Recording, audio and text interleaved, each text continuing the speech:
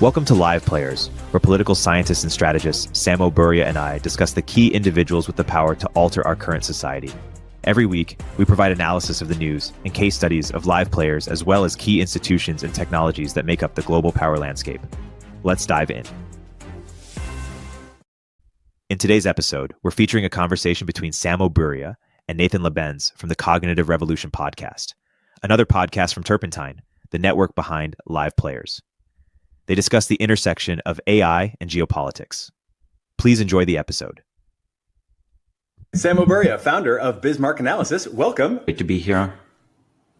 So you are known for your strategic analysis and for your super crystal clear monologues. I'm an active listener to your show that you do with Erik, Live Players, and definitely recommend folks check that out for in-depth analysis of many of the nation state level live players. Obviously, one of the hottest topics in the world today, and one that is gradually infusing all of geopolitics, is AI. That's many dimensional topic, but I wanted to start off before we go deeper into different live players and what their interests and positions and strategies are likely to be. Just with a little bit of context on kind of your AI worldview. I find that many conversations fork early on questions of just like, what do you actually expect to happen? Do you think that AI is going to get super powerful or, not so much?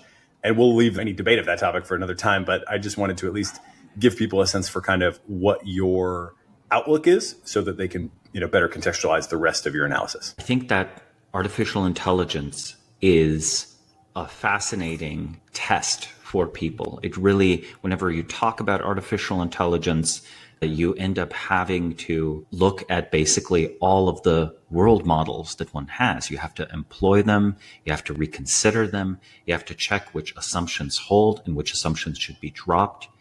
I think it's fascinating how much people's expectations of the future of AI reflect their general thinking on technology, or even their general thinking on what is a mind, and ultimately what human beings are and what is special about human beings.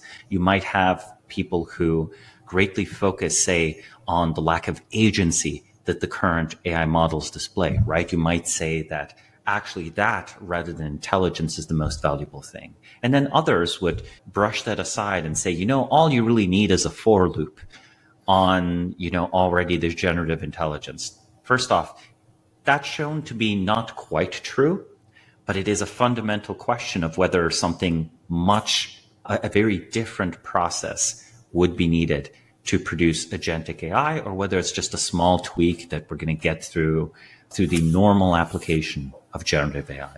So first, to get it out of the way, I think there's been real scientific progress in the early 2000s on just the computer science of artificial intelligence. The term AI scientist did actually make sense then. It still sort of makes sense.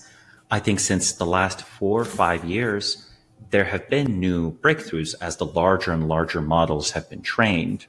However, to a great extent, we're merely applying these theoretical insights from the early 2000s.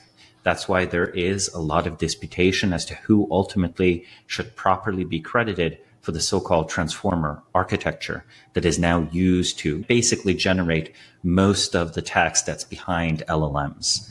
LLM is in a way a much less descriptive marker, right? It's a marker for an application rather than the technology itself. It's like talking about a car when, of course, there could be an internal combustion engine inside the car, or there could be an electric motor. I'm certain that now that there is demand for basically generation of text comes with generation of knowledge, that there will be architectural revolutions that will optimize for it even further than what transformers have done. So I do expect some continued progress in sort of the science of artificial intelligence. That is the theoretical side, the architecture side, and the discovery of what do larger and larger in different kinds of data sets do. We are in a way discovering it. We don't have strong theory behind what's happening. That's an important thing that has to be stated. This is not similar to the development process of, say, supersonic flight, where let's say 80 to 90% of the science is just resolved. We have our models of physics, It's not pushing physics that much forward, except maybe some details of fluid dynamics, which are chaotic. We're just doing engineering on the basis of a theory. Here, the engineering has outpaced theory long ago, and we're continually surprised by what are essentially not just business ventures. They're not just launching an app. A training run is actually an experiment. I think we should think of it as if we've built dozens of large hadron colliders around the world. You know, the scientific experiment on the border between Switzerland and France at CERN, where they accelerate particles at great cost.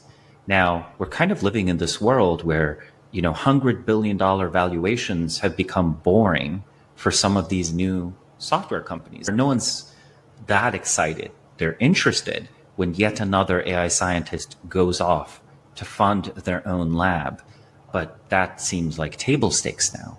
So these very, very large training runs are legitimate, in my opinion, scientific experiments. They're not just normal technological development. Now, why did I talk so much about sort of the epistemology of this? Well, I think we have to be extremely cautious when making predictions. I don't think this is actually like Moore's law at all. I think that we are continually surprised by what these systems do and do not do. There have been already so many deviations from the so-called scaling laws that I think we have to admit that that was perhaps not quite the correct hypothesis, right? To give an example, already we're not seeing huge improvements in output for improvements in compute, but we're suddenly finding ways to reduce the amount of compute to get the outputs that we already had. So in a way, AI is becoming more compute efficient. That's not what people were predicting 6 months ago. That's not what people were predicting, experts, by the way, or at least entrepreneurs, let's say, if we make a distinction between expert and entrepreneur, 18 months ago. So truly, I think we do not understand the fundamental science of any of this. And I've tried, you know, in my own thinking, my research, both for personal interest and in a professional sense, deeply interviewing the best AI scientists I could find, and they have no consensus. They have no consensus with each other. So I think the enthusiasm over scaling laws was trying to invoke something like, oh, we kind of understand the physics of semiconductors, so it's only a matter of Moore's law is kind of like Intel's business plan, right? And it's an economic and social and technological law. But here we could encounter scientific barriers at any point. So, you know, there is no guarantee that simply throwing more compute will continue to work. We can expect more and more compute to be available, but perhaps as soon as there's enough data on what these training runs are doing, there will be some sort of scientific understanding of what this is. And I think that, you know, in computer science, there's always been this interesting question of how much useful computer science is there actually, and how much is it just engineering and just application of the computer science to new and new problems. Here we have an open wide field of computer science. So this leads me sort of to the second point. Why is it important to carefully think about the theoretical underpinning, not just the empirical outcome of AI? Well, this is my theory of progress. I would literally not even track who has the most compute. I think that's important to know. You should have a little chart, a little table with the best information you can find. You need to update it, not quite quarterly, but you need to update it every 6 months because it changes pretty fundamentally. And people are going in depth, trying to find all of the compute they can, all of the GPUs that they can. They're trying to strike deals, favoritism, all of this corporate politics stuff, super interesting. Yet at the end of the day, I'm not going to bet on the company that has raised most money to have the most compute. I'm going to bet on the company that has the best AI scientists, right? So Demis Hassabis, for example, at the end of the day, when you read what he writes, when you look at what he says, he ultimately wants to answer questions about the nature of intelligence. Ilya Sutskever, he almost has this like religious air about him when he talks about the models. Because to him, this is about the beauty of the universe. This is about the beauty of intelligence, right? This is about the discovery of it. And I think when you hear scientists talk this way about their craft, about their field, you realize that they have a very deep motivation. Now, this motivation might be assisted by a financial motive, a profit-making motive. But let's put it this way. If I see an AI company where everyone is just trying to make money, and it is possible to make money with AI, it's harder than people might think, by the way. Most of the AI companies are clearly losing a lot of money very quickly. So I expect most of these to fold within the next few years, with the giants remaining, because the giants just have way more capital to throw around. Like whoever's working with Amazon, whoever's working with Microsoft, and of course Google itself, they're not going to run out of money, right? They're basically like Saudi Arabia. Saudi Arabia can build a line in the desert, right? That giant skyscraper that just goes through the desert, this pharaonic gesture. Well, Google can build like pyramids of compute, and it would still be among the most profitable companies in the world. Microsoft can build great ziggurats of compute, and they would still be a very successful company. So that's important to keep in mind, who has money to burn. But merely having money to burn does not produce the breakthroughs. The breakthroughs will be actually from who has the best AI scientists. And I do mean scientists. I do not mean software engineers. I don't mean data scientists. I mean people who you can figure out have both an intellectual excellence, an in-depth passion, and are not easily confused by marketing or social pressure. There has been in Western civilization a fundamental tension between science, engineering, and commerce. The commercial mindset always involves talking up the current business plan, talking up the current approach to things. Science involves undermining it, right? Science involves questioning the current approach. Science involves disproving the current approach. So you can see how in a corporate culture, these two can be in tension. And most people, also very intelligent people, if they go to elite universities, by default, they're trained in agreeability. The purpose of the educational system is to train you up in agreeability. We basically destroyed the Prussian Science University.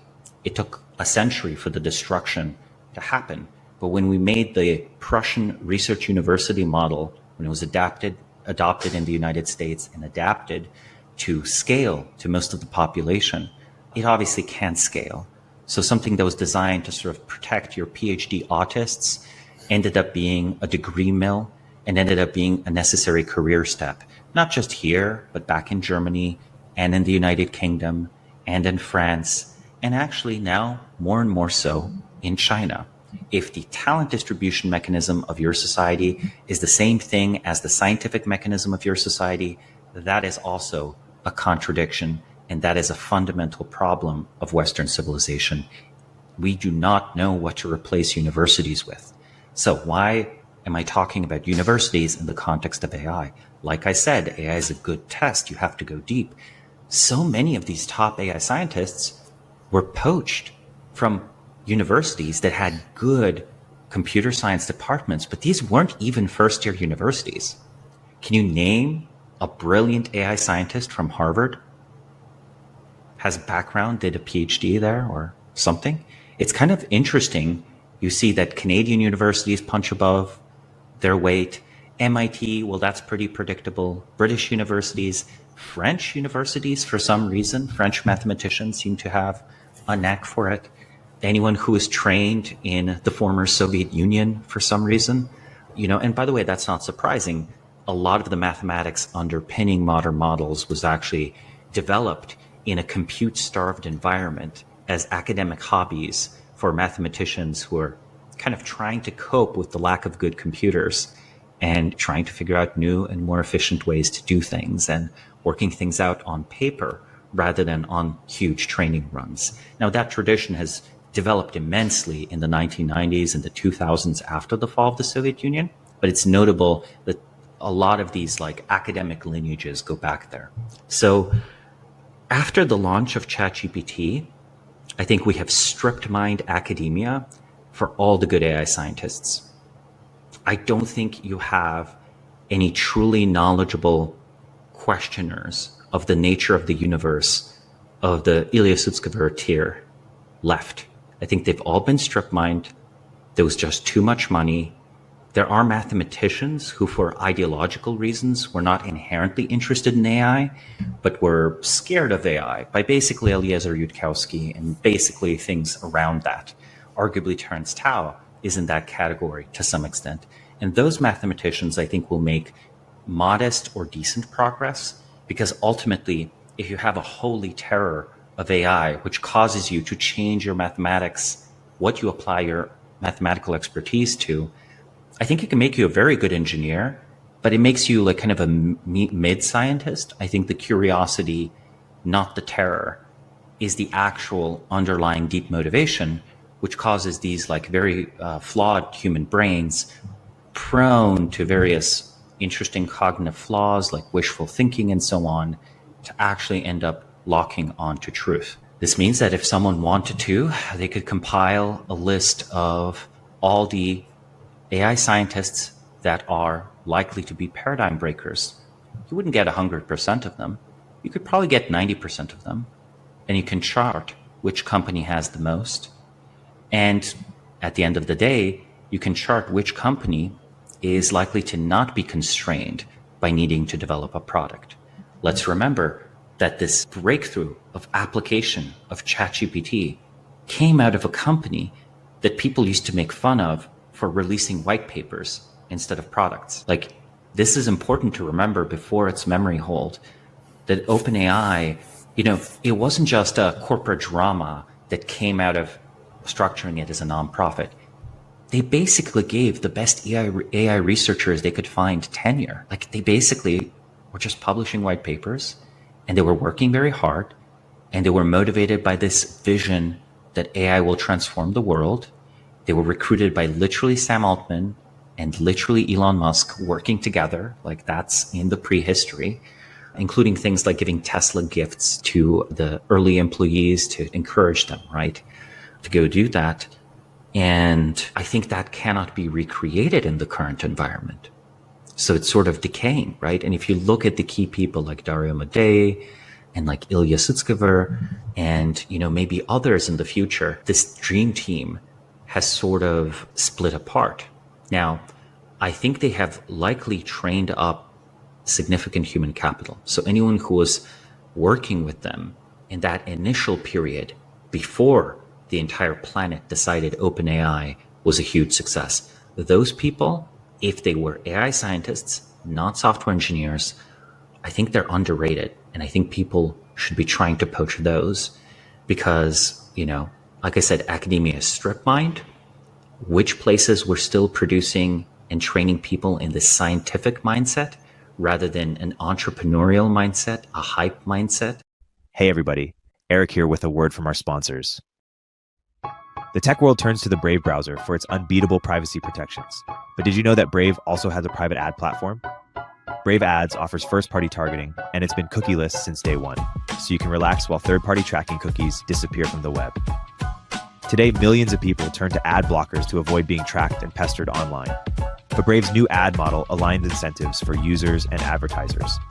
Users earn rewards for viewing ads, which they can save, spend, or pass along to their favorite creators. And advertisers score points for respecting user privacy, generating ROI without invasive tracking.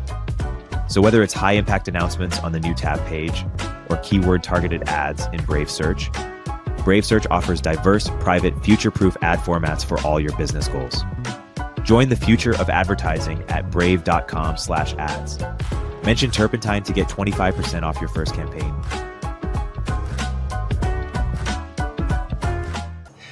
Let's be real, I feel like generative AI is now as much of a buzzword as Web3 ever was. It's Web4, basically, right?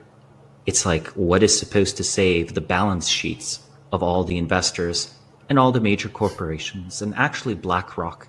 And when you add it all together, really the US has no plan for solvency except for an AI revolution, right? Like, that's the only way in which the Western world can achieve collectively 4 or 5% economic growth per year. Now, of course, if AI worked in this promised way, we wouldn't have 4 or 5% a year. We might have like 10% growth a year or 20% growth a year, truly singularitarian numbers. But, if it works only the way it's working right now, I don't think there's any chance that this results in a 5 or 6% rate of GDP growth. There's no chance it automates labor fast enough to counteract the global labor crunch. And I don't think we are focusing enough on the science of artificial intelligence and asking the deepest questions and investing in the most esoteric mathematics. One way to put it is that imagine a world where it is easy to raise money to build particle accelerators and employ experimental physicists, but it is difficult to employ and protect for longer periods of intellectual development theoretical physicists. That is a world where we would hit a wall in physics very quickly. And I think artificial intelligence is much closer to physics than it is to, I don't know, fintech or Moore's law or something like this. So that's my sort of contrarian thesis. We've undervalued AI science. We've overvalued AI compute. We overvalue raising huge amounts of money to quickly enter the AI race, and undervalued longer term plays to cultivate top AI talent that is intrinsically motivated by their curiosity to push forward this frontier of understanding. And I think it's just because a single AI product went viral. And here's the spiciest take I have. My spiciest take. Had OpenAI not gotten ChatGPT, had ChatGPT not been viral for whatever reason, probably 2 or 3 UX decisions could have killed it, to be honest. It would have enthused experts and some top programmers, but the general public would ignore it. I think we'd actually be making more theoretical progress because the dream team would still be together and the intent would still be on the white papers, ironically. You should interrogate these 5 or 6 heresies because I don't think anyone talks about it this way. I've been surveying the entire discourse landscape and I see very few people arguing these points. So I'm happy to be challenged on them. Yeah, I think you've touched on 10 different things that could be full discussions unto themselves. Some of the ones that I think I agree with, assuming I'm interpreting you correctly, I always say the transformer is not the end of history. Yes. And it's important to remember that. We've had for much of our lives the sort of end of history vibe, and obviously we're now shaken out of that. I think the AI community, maybe not the top thinkers, not the top scientists that you're talking about, but the community at large has experienced a somewhat similar thing where there's been this sort of, we just scale up the transformer and we'll keep doing that forever and that will deliver, the sort of transformative outcome. And I personally don't rule that out, but I expect that there will be more theoretical and we'll probably never find out because I think we will see more theoretical advances that will mean we're never going to run the $1 trillion transformer experiment because there will just be other things that will be sort of better. It's good to remember that diffusion models are what's generating all the images. It's not transformers.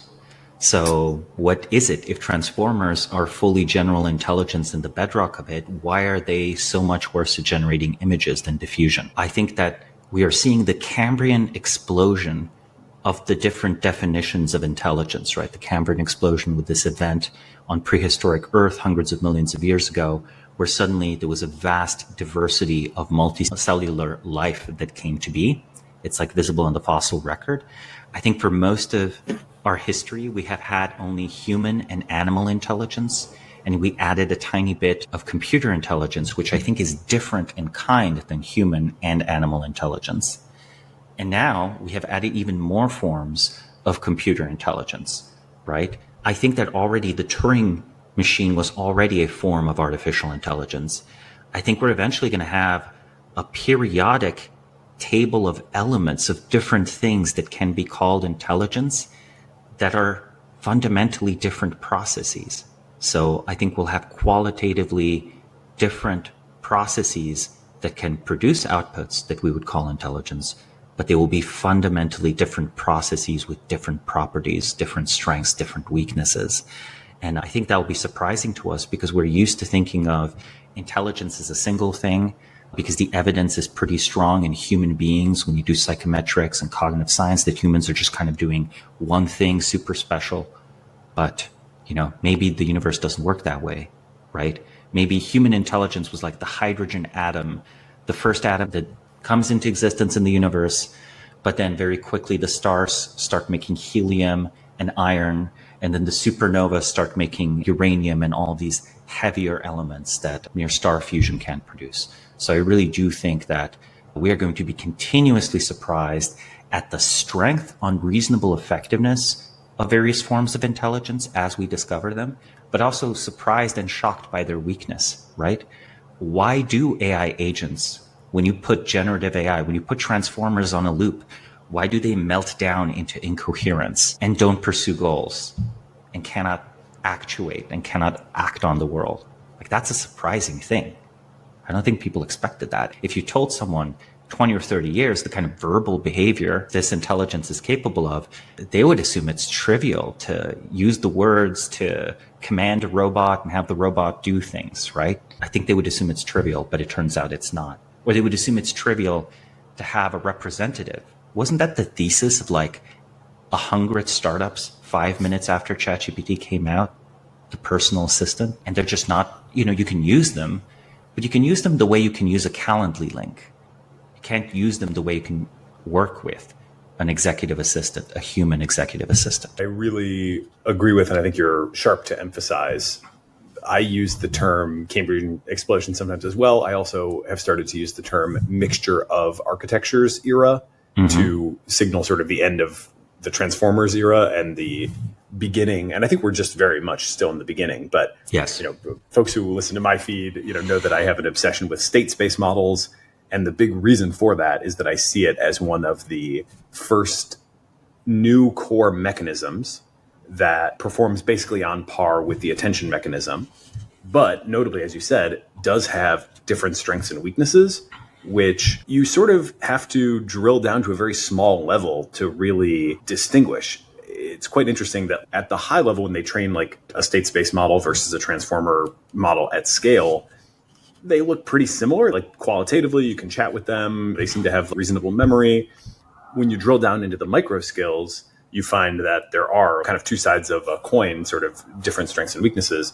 And not surprisingly, based on that, some of the most exciting new things coming out these days are hybrid structures where you have an integration of these things. When I just think about, and I'm no expert in neuroscience, but when I just look at sort of a picture of a brain in an anatomy textbook, I sure think, yes, there's like some parts of this that are kind of highly repeated. You've got your kind of cortical column that's like definitely a main piece that is repeated a lot and doing a lot of work. But we also see just a lot of other parts.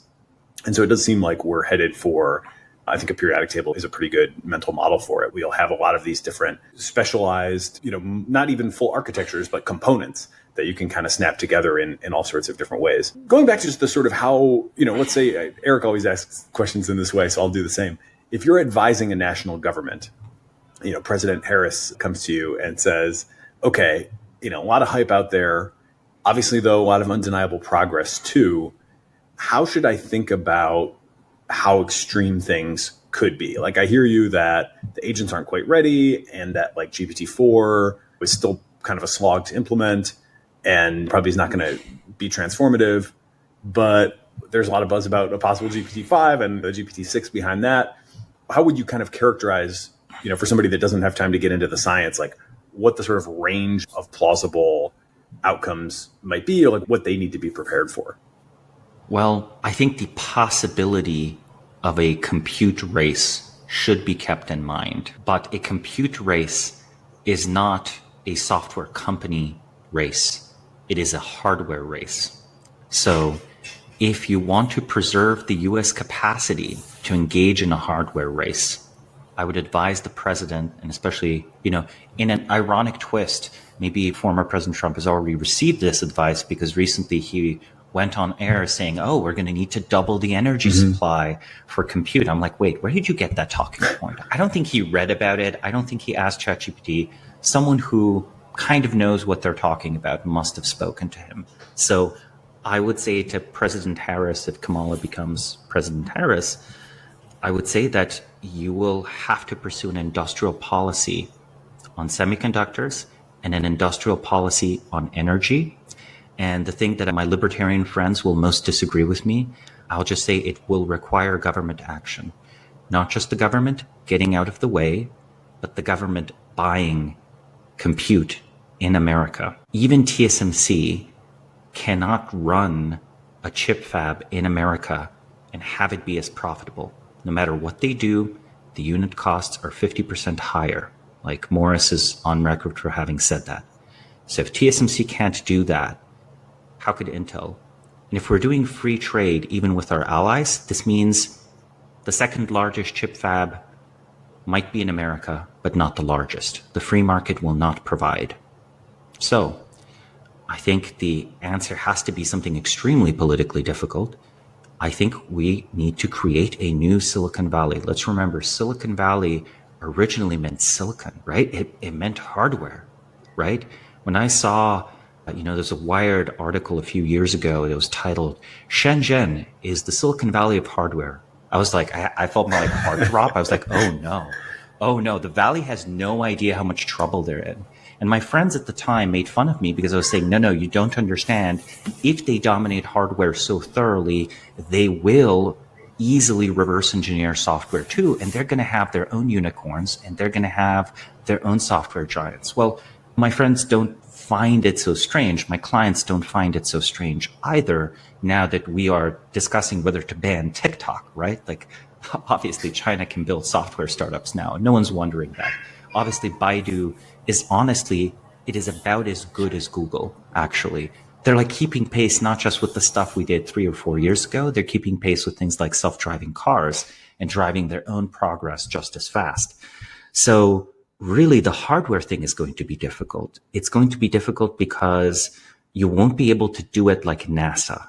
The political economy of NASA is that NASA has to do something in all 50 states because otherwise it can't protect its budget.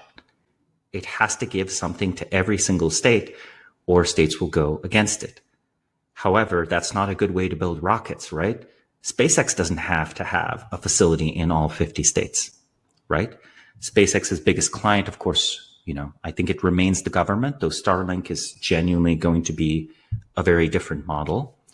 But I think there has to be a move to do the politically difficult thing of designating a zone, probably a port city. And it doesn't have to be, by the way, the Bay Area. Maybe California is actually difficult to deal with and you want to do it in a different state. But it has to be a federal designation. Get every single regulation out of the way. The Arizona plant and the delays there, you've heard of that? I've heard a bit about it for sure. I know the daycare requirements and so on and so forth. Yeah. So much of it is stuff that has nothing to do with manufacturing the chips. It's literally like, how do we comply with the building codes? I'm like, well, what if we didn't worry about the building codes and just build the chip fab as soon as possible, right? It would take that kind of mentality where you create an American special economic zone and you buy a lot of compute there. Honestly, given the density of data centers in Virginia, heck, maybe you do it in Virginia. Maybe you go retro, you put it on the East Coast. I'm not sure if Virginia would play nice with that, but maybe it would. Maybe the federal government partners up with that one individual state. And then we build full stack, somewhat subsidized, somewhat expensive chip fab set up there. And then we have the capacity to win a hardware race. Let's be real. We shouldn't be seeking a hardware race with China because we'll lose it. If it was actually an existential military exercise, China can destroy Taiwan. It doesn't need to take Taiwan. It can destroy Taiwan and can make it hell to get ships out of there with chips. And what are you going to do then? Are you going to invade the Chinese mainland? Like, what the hell? Like, are you going to nuke China? Well, if you do that, China's going to nuke you right back. The people who are calling, shout out to Leopold, right? Like the people who are calling for this like massive buildup. I'm like, no, buddy, we have to be much slower with this. If America wants to win an industrial race, it just needs some industry first. And America's industry is like, it's pretty good. But the fact that, let's put it this way, America is not the industrial peer of China. It is the industrial peer of Germany. So every single thing you can say about the German economy and how it sucks and how they've been deindustrializing, well, guess what? We can say that about American industry. It's just that America is not just a Germany. It also has like a giant software sector. It has finance. It has service sector, all of this other stuff that Germany has less of. So we sometimes forget that, when we look at these GDP numbers, it's not really American manufacturing driving those. And American manufacturing does not outperform Dutch or German or South Korean or Japanese manufacturing. That's why ASML is in the Netherlands, okay? That's why Samsung is like a Korean company, not an American company. So that's what has to be dealt with. So because of that, I actually think it's a hopeful message geopolitically that this might be yet a scientific race. However, I'm sure that if the intelligence explosion theories are correct, that there's like a key event after which there's a beautiful feedback loop that then results in kind of a singleton style future where whoever starts this will just be so far ahead exponentially every few years they'll be hopeless to catch up. We have to preserve industrial capacity for that era, because at the end of the day, it's not like it's easy to coordinate allies. So even friendshoring does not fully work. And, I'm not sure which president has the capital, the political capital, to push for a functional industrial policy rather than like a pretend industrial policy where we have to do something in all 50 states. Yeah, I want to get into the chip ban in a second. And Sure. I definitely... By the way, the chip ban is, of course, a subsidy for American companies, too. When I say subsidy, I don't just mean literally giving them $1 trillion, though, hey, maybe we should try that, right? Do you remember that infrastructure bill? Can anyone point to a single bridge built from the $1 trillion of the infrastructure bill? A single bridge, right? We could have $1 trillion chip bill, and maybe even some chips would get built. Who knows? Yeah, I mean, so I'm very allergic to, I guess, the whole US-China conflict. I mean, we could do hours probably on this from kind of beginning to end. But in brief, I think my we should view on embrace economic competition with China and stop emphasizing the geopolitical angle, because that's really how China thinks of it. They think that they will win the geopolitics through winning the economics. Like every single Chinese party document that comes out, they talk a little bit about Belt and Road, but they sort of know it doesn't work. What they really want is to be the economic hegemon. And because they're orthodox Marxists, here's a funny one. They were such orthodox Marxists that they decided to own the means of production. And they thought that results in global dominance by literally owning the factories that build all the stuff. And they weren't averse to using free market capitalism to get to the point where China owns the means of production. So I think that's their theory of geopolitics. And they don't think about it as this like imperial way that we in the West think of it. The Chinese approach to dominance, it's more like, it's not that you go out to the periphery and you conquer all the periphery, which we could say is the Roman way of building an empire. It's more you consolidate and unify China, and then you outshine and extract tribute from all of the periphery. That's the Chinese model of empire historically. And I think these different set of assumptions are there, right? Like for everything we can say about China is like, can we name a single country that China has invaded since their last war with Vietnam? Like that's been over half a century ago, right? Like it's been a long time. The last place they annexed, you could argue maybe it's Hong Kong, but really it was Tibet. And from their perspective, Tibet, Hong Kong, Taiwan is just unifying all of the Chinese lands. So I think the economic competition and having a smarter trade policy, I think that is the right approach to think about China. And like militarizing it or like having a rhetorical point where you emphasize the national security angle, I think that is likelier to cause them to also build up military capacity, right? And I think the US in the 21st century should strap in for the long game of beating China economically over the next 50 years. And it will take 50 years. China will not implode in 5 years. It will not implode in 15 years. It'll take 50 years to beat China economically and once more manufacture high technology here in the United States. rather than in East Asia. So before going a little bit deeper on China, I just wanted to zoom out for a second and ask if you see any other live players on the global stage that you think we should factor into this analysis. I look around at the US. I agree with your general sense that like most of the second tier of AI companies, even those that have raised in the low billions, days seem to be numbered. You know, that used to be sort of a spicy take, to borrow your term, but increasingly as these sort of acqui-hire type deals are happening, it's actually now becoming, I think, sort of consensus. That leaves us with maybe like 5 companies at the top, depending on exactly how you'd want to count. I would certainly still put OpenAI, Anthropic, and Google in the top 3 just by the kind of sheer excellence of the science. Obviously, they've scaled, but they seem to have a know-how that is kind of still a cut above. Meta has definitely crashed that party in a meaningful way, although I wouldn't put them quite at the top tier. And then I would never count out an Elon company, so I definitely would put an XAI / Tesla, whatever, in that same category. Yeah, same. Let's call that the top 5. When I look around the rest of the world, you know, then I sort of have China as like a bucket. And then maybe we could see a European champion. There's Mistral, you know, Europe maybe wants a European champion, but obviously they're a bit of a harder environment to do business in, and it's unclear exactly how that's going to play out. Maybe somebody from India, maybe somebody else I'm not thinking about. Any other, you know, before we zoom back in on China, which I think is inevitably where we're going, is there anybody else that you would say really has to be watched on the global game board? I think not quite yet, but I think 10 to 15 years from now, not 10, maybe 5 years from now, 10 years from now, there will be a formidable Indian giant. I think that India is very likely to develop its own software ecosystem. And if they decide to eventually go the route of favoring Indian companies over Western companies, you know, that's 1.5 billion users right there.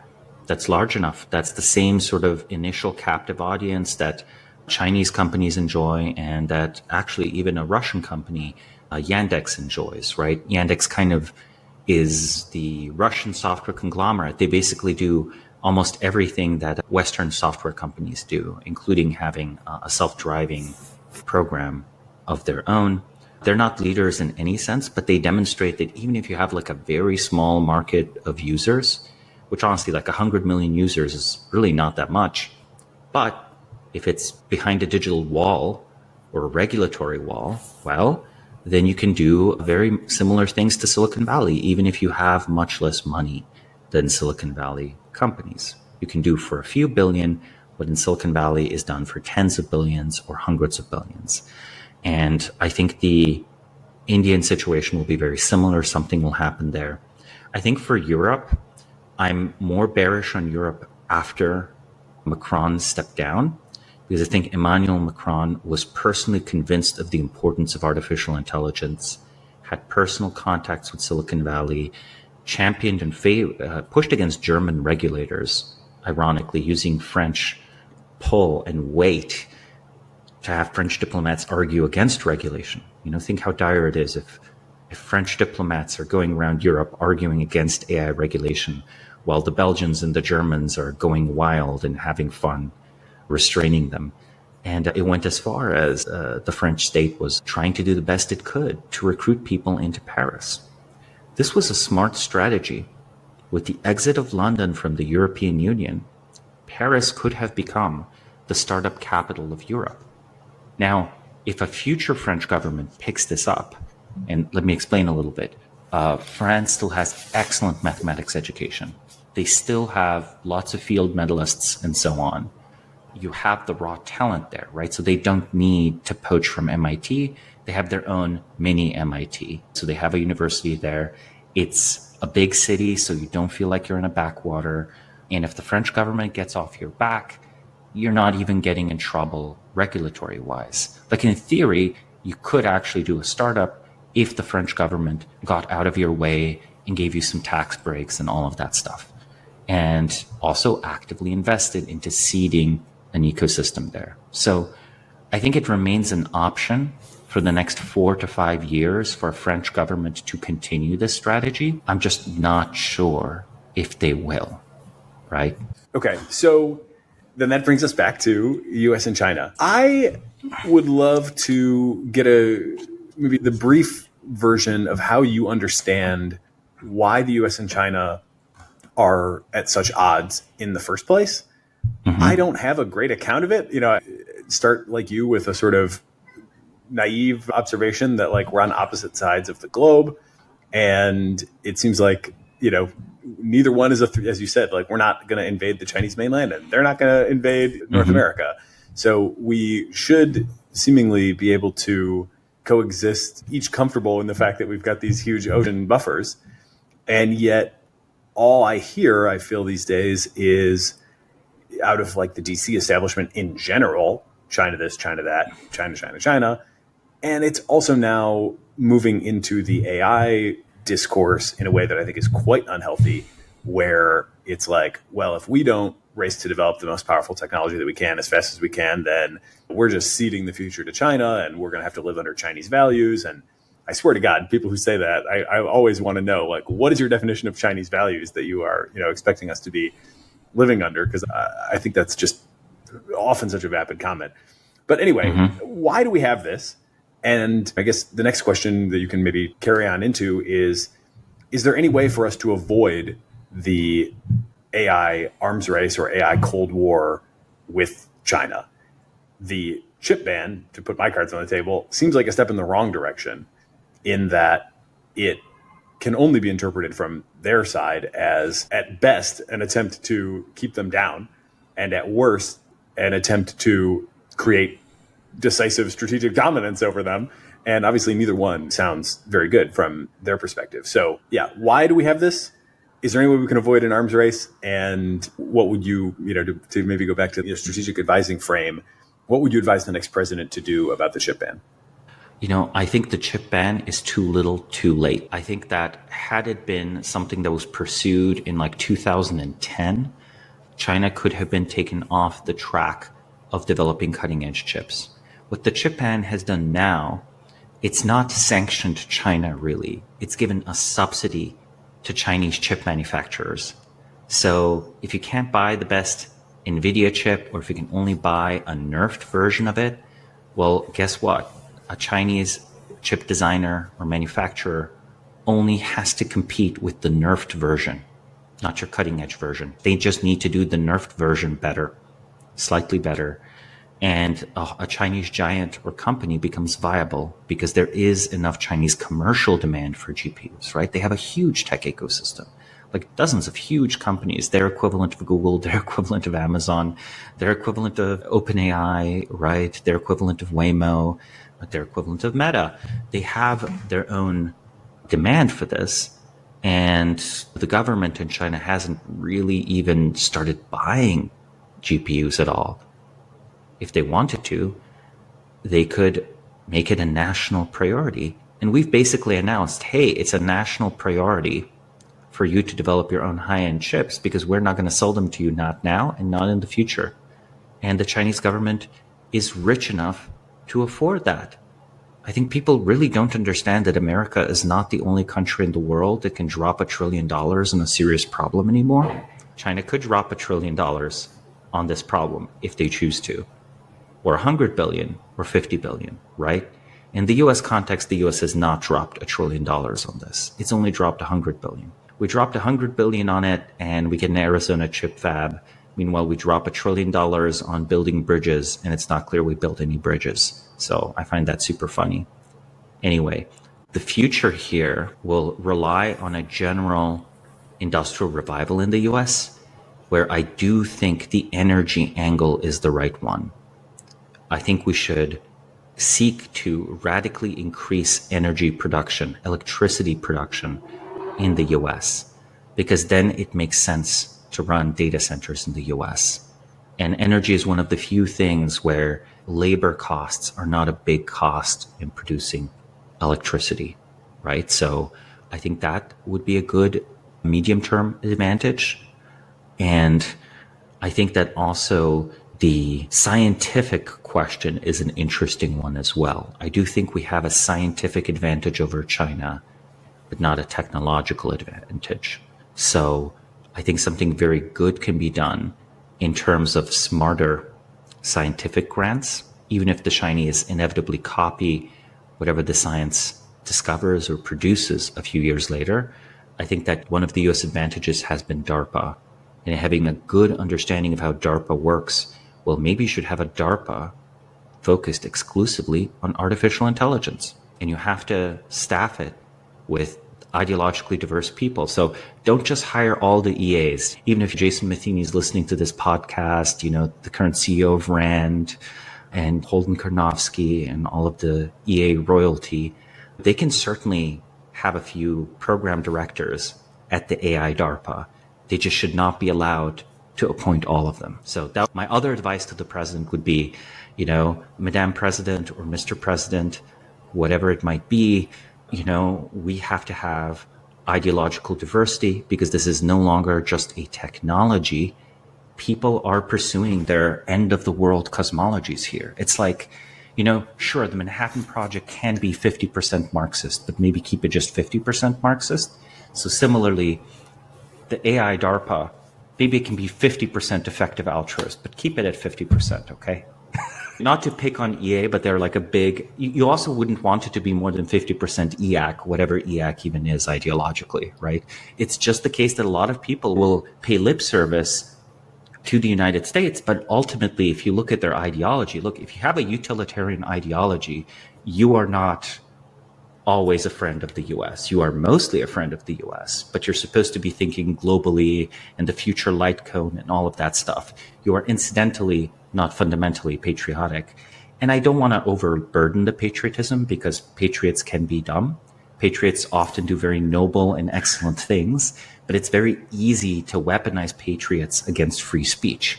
Like that's happened many times in the history of many countries where countries embark on a stupid course of action because proposing the smart one sounds like a little bit less nationalist than the alternative. Hey, that's why the Empire of Japan failed. It was too unpatriotic to suggest that maybe Japan cannot beat the United States and maybe Japan should not bomb or destroy US ships, right? That was just unpatriotic. And, the outcome was not one that I think Chinese nationalists appreciated when the full course of history ran. So let's put it this way. I think currently the United States it has to play a very careful game because it is not the world's industrial giant as it was. So the game has to be scientific, low energy costs, very smart government spending. We'll have to have much smarter government spending on strategically relevant science. Not more of it, smarter. Because the way we're currently spending scientific money is that we're literally giving the Wuhan Institute of Virology money to produce new plagues for the world. That's kind of insane, right? That was partially US funded.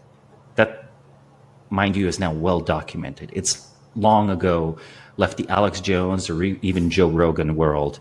It's now just congressional testimony world. So a lot of threads there that I want to pull on. Again, I invite pushback. I put provocative things there because we need to have real and honest conversations. So I'm broadly very much with you when it comes to, okay, let's get our own house in order. Let's throw up some nuclear plants, get the energy, flowing more freely. All that stuff sounds great. When it comes to I do understand the chip ban in a similar way that we're inviting them to develop a strong industry, and I don't doubt their ability to do it. It may take some time. I don't know how long it's going to take, but I always say I watched them throw up a hospital in a handful of days, at one point. So I don't want to be caught underestimating their ability to create a chip industry. I also think there's just an interesting question of sort of, do we want to be developing this technology in tandem, or do we want to be running on sort of parallel tracks and having secrets from each other and all of the things that implies? I don't necessarily know that you meant to imply this with DARPA, but when I think DARPA, I sort of think secret technology development. Some of that stuff obviously finds its way into the broader world, but some of it is secret. I think the US government kind of sucks at developing secret technology. I think the US has great strength in its commercial sector, which is by its nature public. Even if you have trade secrets, right? NVIDIA has trade secrets, TSMC has trade secrets. Secrecy in that sense makes sense. Secrecy in a top secret classified something. Well, let's say I think the World War II era US government could do that well. We are not dealing with a World War II era government. If you declare something classified and top secret, the result will not be a technological breakthrough. It will just be waste shielded from oversight. So I think that there can be clandestine projects. It's sort of like, well, how exactly we apply artificial intelligence to the NSA's work. Okay, that can be secret. But commercialization, and by the way, the intelligence world has done this through institutions like InQtel, right? Any technology you can declassify and hand over to Silicon Valley or America's commercial sector, you should. You should just do as much of that as possible, even if it means that China catches up to Silicon Valley 3 or 4 years from now because of what you declassified to Silicon Valley, because the true advantage of the United States is its vast wealth and the speed of its scientific progress. And when you make something secret, you stall scientific progress. You don't accelerate it. I also worry that this combination of trying to deny chip access, which is not going to work entirely, but may make for at least some asymmetry. China might be looking at a situation where they're saying, geez, we can only get to 20% the compute capacity that the United States can get to. And also they've got some secret military science programs that we don't have much. Of course, they might hack into those, perfectly capably, who knows? But let's say they are also like genuinely worried that there are secrets that they are not able to learn. It worries me that might send them down a totally different branch of the technology tree. And when I think about like, how do we get into an arms race that would be a really bad situation versus how do we avoid it? One key factor there seems to be, are we kind of on the same general technology path such that there is kind of a shared understanding of what everybody's working with versus to what degree do we look at the other side as kind of the great unknown that we can project our fears onto and then motivate ourselves to, take higher risks, be more militaristic in our technology development. Historically, that's always been the case, right? Even when the US and the USSR signed a treaty banning biological weapons development in the late Cold War, both side scientists were, of course, told that now you should get to work because, of course, the other side is ignoring this treaty. And we don't know what they're doing, so you best develop the worst plagues you can think of. And even during World War II, the fact that Los Alamos scientists greatly overestimated the state of German nuclear research is what allowed the project to be completed before the end of the war and be used in Japan. I think the weaponization of AI is like troubling. And I think part of it is that, scientists are like everyone else. On some level, they think weapons are cool and they want to develop cool weapons. So if they find a way to make physics a weapon, people get very excited. And I think this is one of the problems where we crave peace as a species, but we also crave violence. And I think a lot of the time we should actually be very mindful of our motivations for developing breakthroughs. I think that it is best if artificial intelligence is a peaceful technology for two reasons. First, we do invite existential risk, and human extinction into the equation if we're trying to develop literally weaponized or malevolent AI. Dude, Skynet is not just a movie, it's a Pentagon pitch deck at this point, right? If you could deliver half of what Terminator films depict, if you could deliver half of that, the Pentagon would just give you $1 trillion, right away, right? Skynet, but a pitch deck would be, that'll probably work. But that's we're developing the worst technology first when we think of it in a weapons context. We will not be prioritizing safety, and we will be teaching an artificial intelligence to win at zero sum and adversarial games and to win at logistical and military games. And I think it's completely predictable that if you could have an agentic artificial intelligence that decides humanity is its enemy, that's literally the plot of Terminator. And all of the AI safety people made fun of it for decades. But if you just look at how the military world is perceiving AI, you realize that that's like actually extremely bad. And if you make it a geopolitical conflict, the generals will ask you to just build Skynet, please, right? They will just ask you to do that. Don't build Skynet, bro. Just don't. I know you think it's cool. I know it feels really good, but you're going to regret it, just as Oppenheimer regretted. Now, after he got the high of the detonation, then he regretted it. And that's the hypocrisy of human nature. But, hopefully we can grow from that. So let's not make it cool that way. Let's not fetishize the Manhattan Project. Let's not do all of that. And instead, let us be curious explorers of the universe and figure out what is the nature of these new forms of intelligence we're discovering. And let's apply them to our economy to compete with the Chinese economy in who can get richer faster. Yeah, I love that vision. Just to put one little bit, we're going to have a full episode on this coming soon, but a little bit of meat on the bone on, because I think some people might be thinking, okay, sure, but like, what does it actually mean to have like weaponized AI versus non-weaponized AI? One proposal for AI safety that I just have been reading through is to train AIs so that in general, you have these loss functions, right, in the training process where there's some objective that you're being optimized, you, the AI, are being optimized toward. And a huge trend in general in the literature is to have a supplemental element to that loss function that, in addition to, so you have the one component of the loss function that's, can you do the task? And then there's some other thing that's like, but we also want to emphasize this. And that could be like sparsity for efficiency or for interpretability or what have you.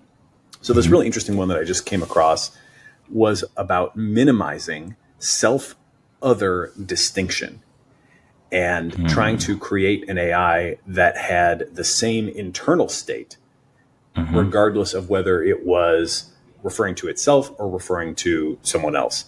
And this is a very early proposal, but they've come up with all these different scenarios in which they think there's really no need for the AI to have a different representation of these concepts just because it's referring to itself versus someone else. So let's try to minimize those differences. And they've been able to show in very simple reinforcement learning scenarios that applying this technique can be the difference between agents emerging that deceive other agents or that don't deceive other agents. And I think this is like one of the best ideas that I've heard in a while for how to create AIs that are sort of the like kumbaya, all is one, we're all sharing prosperity sort of mindset that we might hope to have. But obviously that's going to be like a real problem if the goal of the AI is to like distinguish between, friend and foe on the battlefield. So, or at least it seems like those things might be quite incompatible. So I do think that there is like we're so early in it. We've just got these things to work, right? We've just ended the transformer for everything era, and we're just barely getting into the lots of different components to make tons of different architectures era. And we don't know that much about this stuff yet, but it sure seems like we could optimize for telling friend from foe and, killing foes, or we could take some more time and be more creative, like minimizing self-other distinction. And that just seems like such a much better idea to me that I would really love to see us go down that path. So the Leopold plan, I want to kind of give you a chance to maybe articulate the Samo plan. The Leopold plan, in brief, as I understand it, is we should do everything we can to keep China down for the time being. So we have a couple years lead. We should harden our defenses. We should get the national security establishment and the AI labs into some sort of public-private fusion partnership. We'll keep all the secrets from China that way. They'll be denied the chips. Then, because we are the good guys, of course, we will use this lead that we have to solve alignment. Obviously, details to be filled in later. I honestly don't really like it.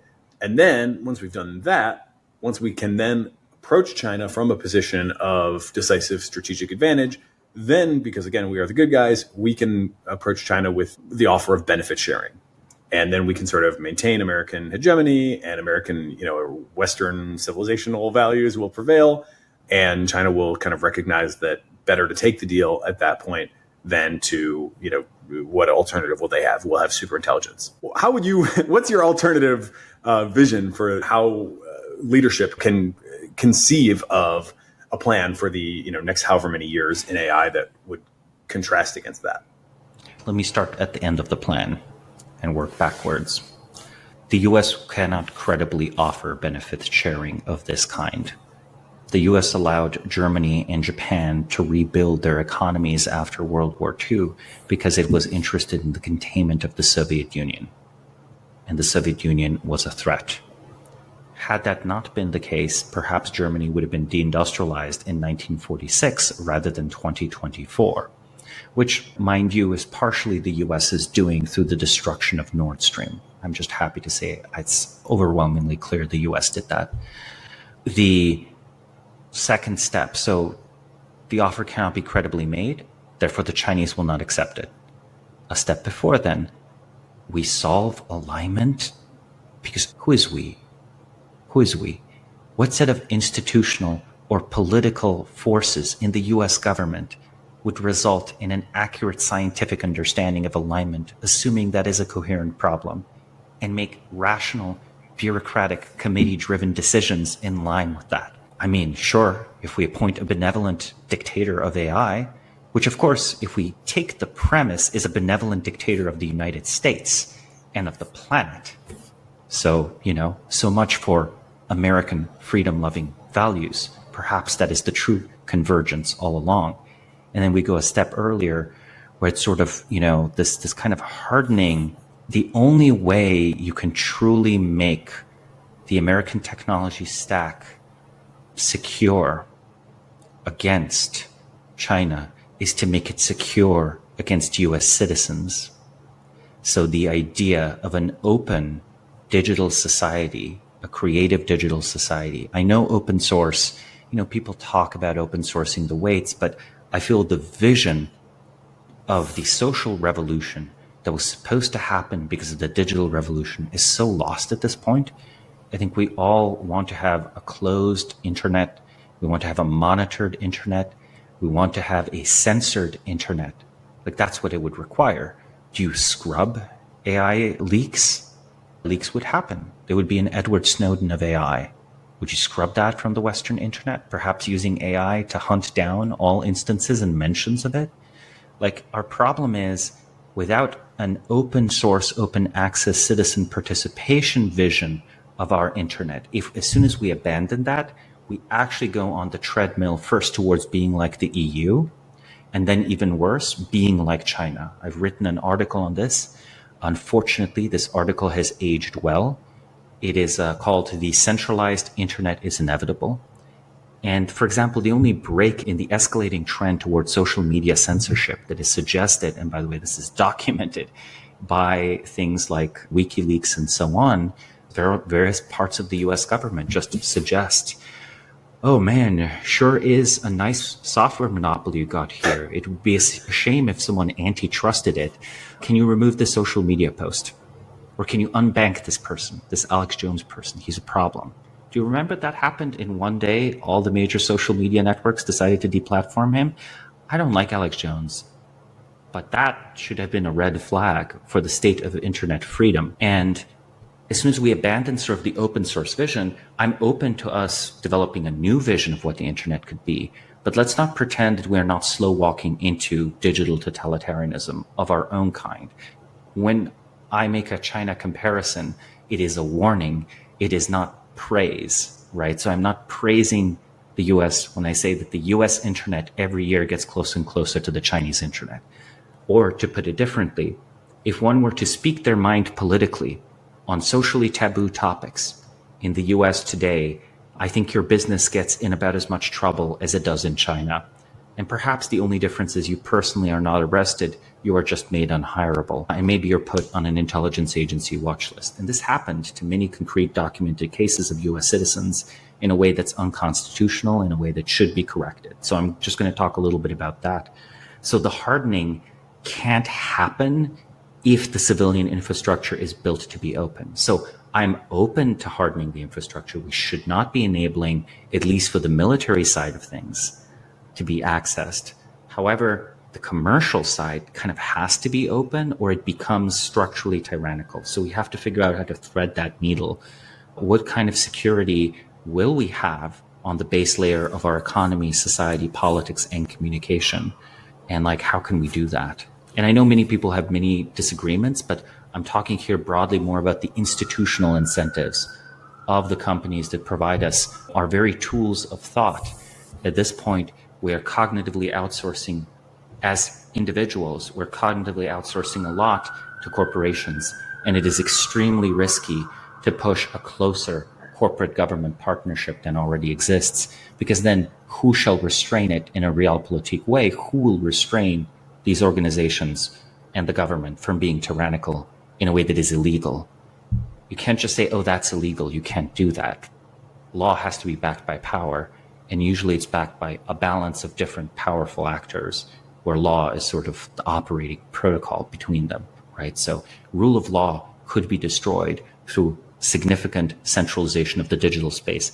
In fact, we saw this in Canada. In Canada, if you gave $50 to the truckers' revolt, you were unbanked. Your transaction was tracked and your bank account was canceled, okay? Like, that's a level of tyranny I've not actually heard of China do. I've heard China locking up hundreds of thousands of people, but I've not heard them tracing like individual bank transactions to find every single small-time donor who gave money to Falun Gong or something like that. I've not heard of China doing that. I've heard of Canada doing that. So I think we give a pass to Western totalitarianism too often. Still, Chinese totalitarianism is worse, but that's not what we should be competing on. So that was a bit of a tangent, but let's go to the earlier stages of the plan. I don't think we can prevent the rise of China, and I think I probably just disagree on AI timelines. If what Leopold was saying on the earlier steps that we should try to slow down China, if you think superintelligence in this AGI sense is like 5 years away, then okay, maybe that makes sense. But if you think it's 20 years away or 200 years away, then it makes no sense. And I don't think it's 5 years away. I'm happy to bet with anyone that it's not 5 years away.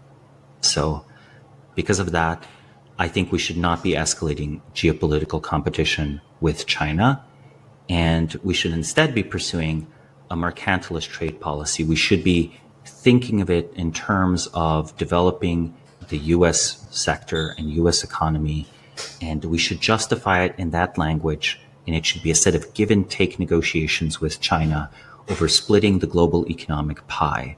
It should not be a set of give and take negotiations over splitting the light cone. It shouldn't. That invites the wrong kind of logic and invites the wrong kind of bureaucratic incentives. Like, it's almost like these people never seen how bureaucracies work, either the large corporate environment, let alone a government environment. You have to be extremely careful. The first misaligned artificial intelligence was arguably bureaucracy. Let's prompt engineer it really, really carefully. It's poetic. I like it. What do you think is I have maybe three and a half more questions if you have that much time. One is going to be, how do you understand the role of open source in this situation? That is, at least at the moment, a sort of irrevocable benefit sharing proposal, among other things. Yep. Then, though, I also wonder, let's say we do, continue to see more and more powerful AI, and we start to get to a point where it's like, actually, this is starting to look dangerous. Is there any sort of precedent that we should look back to, or any framework that you would look to for how do we set up global coordination and containment of the technology development? Another one was going to be on sovereign AI. This one probably saved for the future, but if you're like any of the other 100+ countries in the world beyond the two that we've spent most of our time talking about, there's this notion that like we should have our own models, or we should take a base model maybe from Meta and train it on our bureaucratic information or whatever. I wonder if you think there's any value in that. And the final one, personal angle, is to what degree do you use generative AI in your personal work today, and what sort of value, if any, are you getting from it? So you can tap dance right through that, or pick one, or you just come back next time. I'll answer. I check in every now and then and use generative AI to see where it is. It's not really a big part of my workflow because it usually provides me the consensus or the general thinking in a field. And almost all of my work is trying to find spots where the economic or political consensus or industry consensus is flawed or overlooking things. So in a way, high schooler interns, not yet useful. Maybe I'll check in when it can give me a Harvard intern who honestly, between you and me, are not that useful either. You kind of have to be even pickier than that if you're doing research. So I don't think it is useful for novel social science research yet.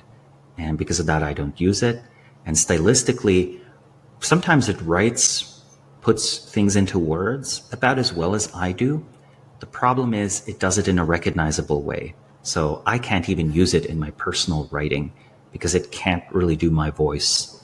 And, I can always tell, since one of the hats I wear is I occasionally am an editor for other people's writing, right? For Palladium magazine, I sit on the editorial board. I can always tell when they use AI, and almost always it makes the writing worse, because just as people have become sensitized to so-called AI slop in a visual sense, people have become sensitized to reading stuff that sounds like AI. I've actually had to change my own style to be a little bit different so that people aren't confused about how this text is generated. So yeah, I think it's not even useful for all white collar work. Not at all. I'm sure it can write probably a good rescheduling email. I think that's about the level where if Google makes a feature where they tweak or improve the UI with, my inbox, get the suggested text a little bit better, maybe I'll integrate in my workflow there. But yeah, not yet making use of the available intelligence. It seems too low grade. Well, we will continue to watch that closely, and I'll share a couple ideas with you perhaps offline. I'm working right now on fine-tuning some of the latest models to write as me, and I haven't completed this project yet, so I don't know how well it's going to work. In all previous generations that I've tried to fine-tune, it did not work. But there have been some notable improvements in the capability, actually, most importantly, probably the context window, because I found in the fine-tuning, it could pick up my style okay, but it couldn't learn the facts, and it still didn't have learn any unique ideas or theories and so on. And perhaps with the larger context window, it'll be capable of it. Yeah, the hope is I can stuff all my stuff in there and it might not have to hallucinate anymore, for starters. I think I will still have to give it the kernel of the original idea that I have in the moment. I don't think it's going to, at the current generation, substitute for me there, although we'll find out. I'll definitely let you know if it does.